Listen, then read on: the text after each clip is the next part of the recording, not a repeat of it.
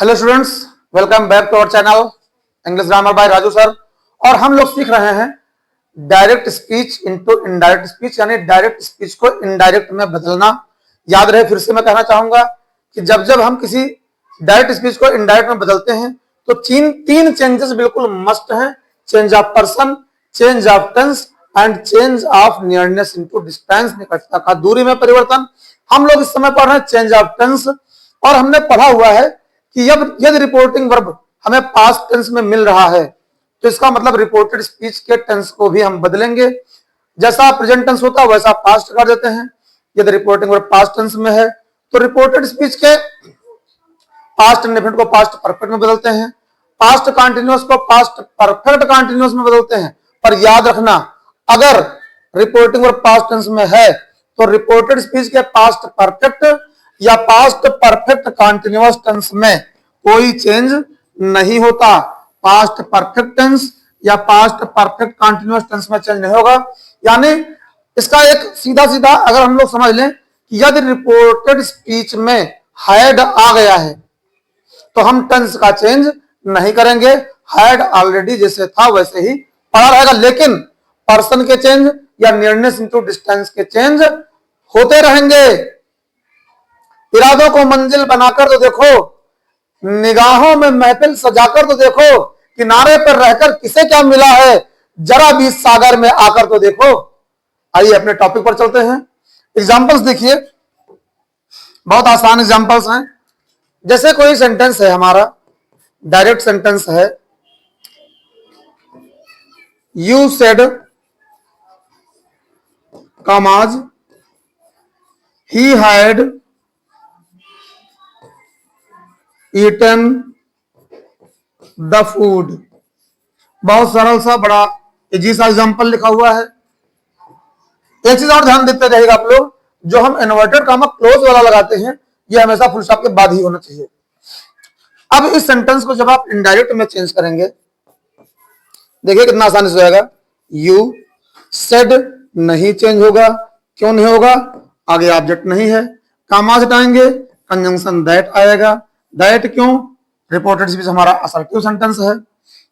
ही third person है, no change. इसके बाद हैड नहीं चेंज होगा। क्यों? क्योंकि परफेक्ट टेंस है। Eaten, he had eaten the food, और लास्ट में फुल स्टॉप। इसी तरह से जैसे कोई एग्जांपल है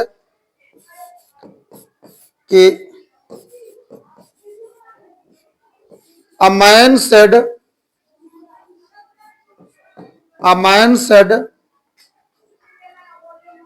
टू हिम, कामाज, नीचे कामा, ऊपर इन्वर्टेड कामा, उल्टे वाले कामा। आई हैड नॉट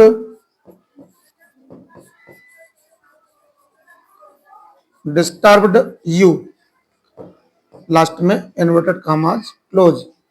अब देखिए कितना आसानी से इसको भी हम लोग इनडायरेक्ट में चेंज करते हैं। हो जाएगा अ मैन सेड टू का अब टोल्ड होगा। टोल्ड क्यों? क्योंकि रिपोर्टेड स्पीच असर्टिव है और ऑब्जेक्ट आया हुआ है। अ मैन टोल्ड हिम, कामा हटाएंगे, conjunction that. I first person है। फर्स्ट पर्सन को रिपोर्टिंग वर्ब के सब्जेक्ट से चेंज करते हैं। रिपोर्टिंग वर्ब का सब्जेक्ट है a man. A man third person है क्योंकि ये हमारे चार्ट में नहीं लिखा। मैंने पहले बताया हुआ है कि जो भी नाउन हमारे पर्सन चार्ट में नहीं लिखा हुआ है वो थर्ड पर्सन माना जाएगा, और इस तरह से अ मैन थर्ड पर्सन है। तो यहां पर अ मैन के लिए आ जाएगा ही। फिर हैड चेंज नहीं होगा। Negative word not disturbed. You second person है। रिपोर्टेड स्पीच के सेकंड पर्सन को रिपोर्टिंग वर्ब के ऑब्जेक्ट चेंज करते हैं। ऑब्जेक्ट हिम है, हिम का ऑब्जेक्टिव केस हिम होता है। हिम को ऐसे लिख देंगे क्योंकि यहां पर यू ऑब्जेक्टिव केस है। पहले भी बताया हुआ है कि वर्ब से पहले यू मिलता है तो सब्जेक्ट है, वर्ब के बाद यू मिलता है तो ऑब्जेक्ट है। इसी तरह से परफेक्ट कंटीन्यूअस टेंस पर कोई एग्जांपल मिल रहे हैं जिनमें हैड भी ना रहा, हैड आ गया, अब टेंस नहीं चेंज होगा, इतना ध्यान रखिएगा। जैसे है कोई sentence, they said commas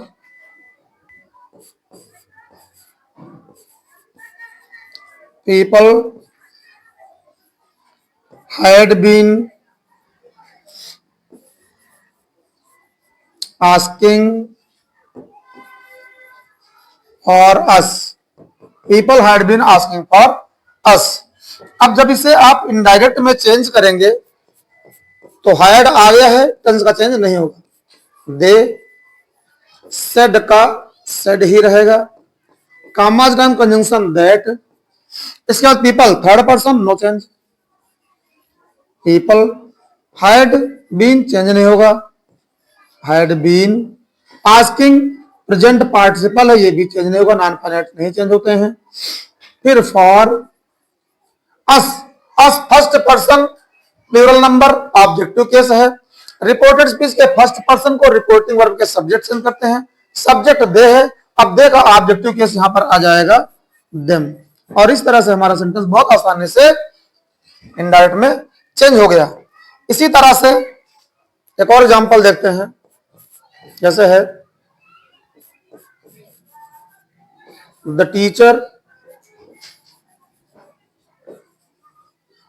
teacher said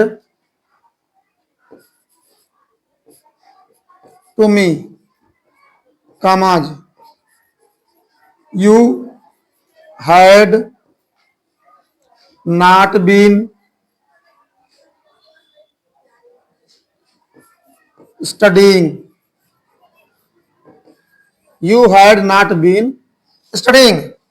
अब जब इसे हम इनडायरेक्ट में चेंज करेंगे, देखिए कितने आसानी से हो जाएगा। द टीचर सेड टू के लिए टोल्ड, क्यों?